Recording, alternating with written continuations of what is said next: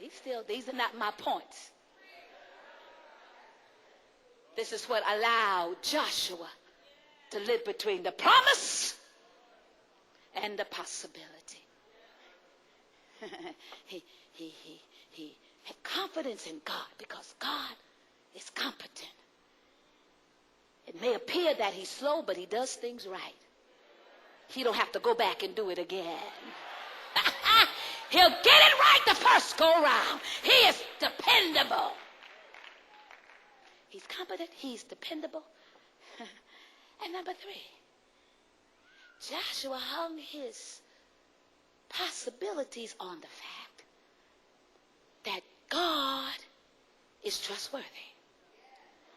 Joshua could trust God 3 because God was trustworthy. God didn't do Joshua like some of us do us.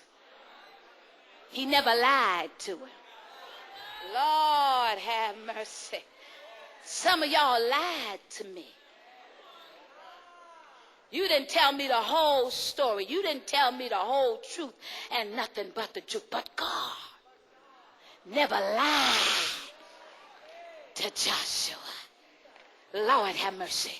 He says, as I was with Moses, good God Almighty, I'm going to show you I'm going to be with you.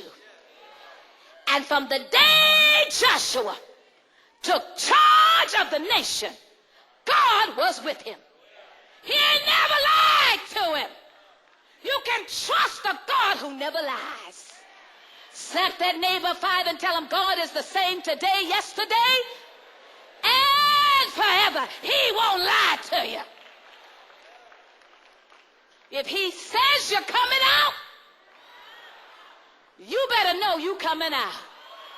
If he says your days of poverty are over, you better start acting like you a millionaire. God ain't never lied. He's not a man that he can lie. If he said it,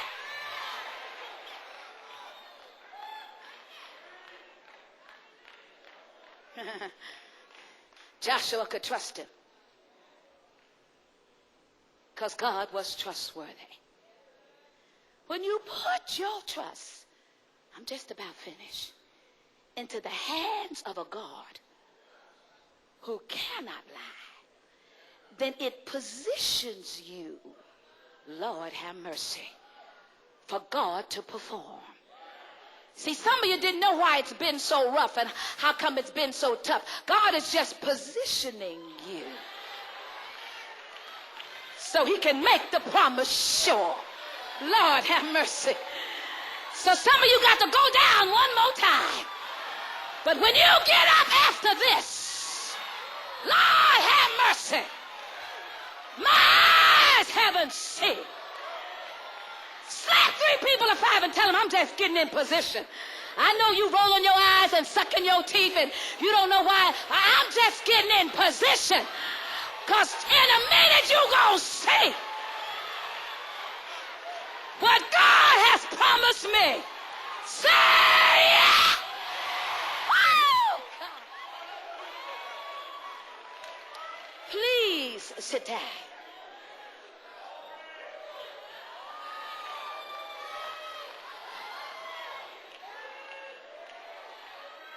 I gotta get in position for the promises of God to take place in my life. See, some of y'all take a long time to learn a lesson. But if you learn it right the first time, you'll get there a little quicker.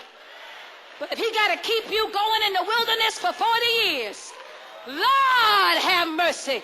If he got to take you around in circle for 40 years, he'll eventually get you where you ought to be so you can receive the promise. Tell your neighbor, I'm coming, I'm coming. It's been a minute, but I finally got the answer. If a man's ways please the Lord,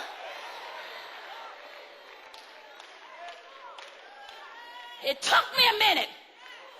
I had my feelings hurt. I had to cry all by myself. But I finally got the answer.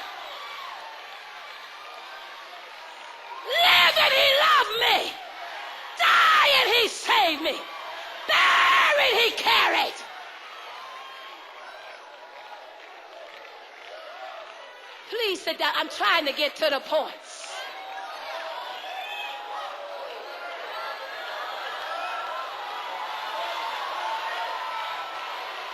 I can get it done now. I can get it done, Bev. I finally arrived. Please sit down.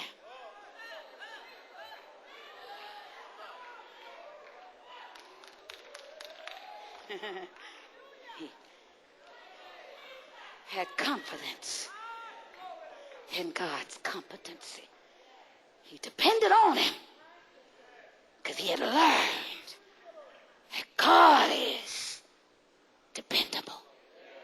Not your money in the bank, not the pedigree attached to your last name, not the label on your dress or your three-piece suit. God. Naked came I into the world. If I got to go out here with nothing, God is still dependable. Lord, have mercy.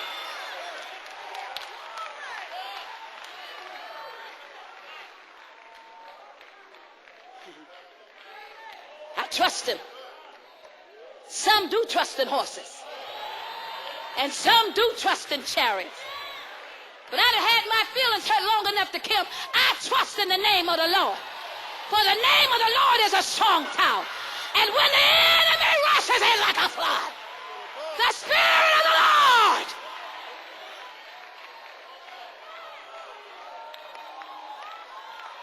I dare you to wave your hands and get happy right here.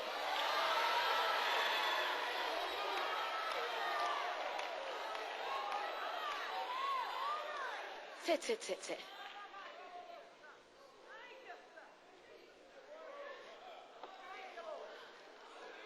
How then could Joshua make his faith a reality? Because it's easy to talk about confidence and competency, depend and dependability, trust and trustworthiness. It's easy to throw that out there, but how was Joshua able to deal with the in-between times?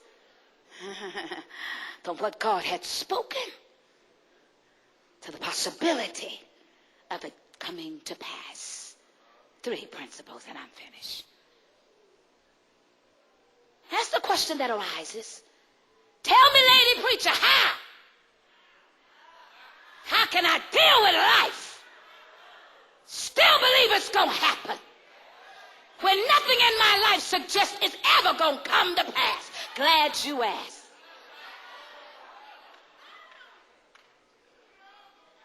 Principle number 1. Get over the stuff that has happened to you. Somebody better help me before I take a running start and jump off this stage.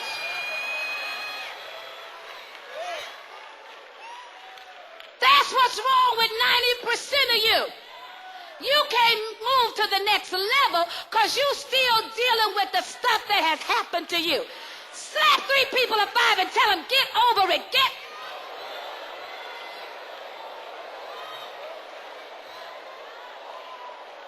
You can't change it. You can't rearrange it. They already laughed at you. They already called you a fool. Get over it.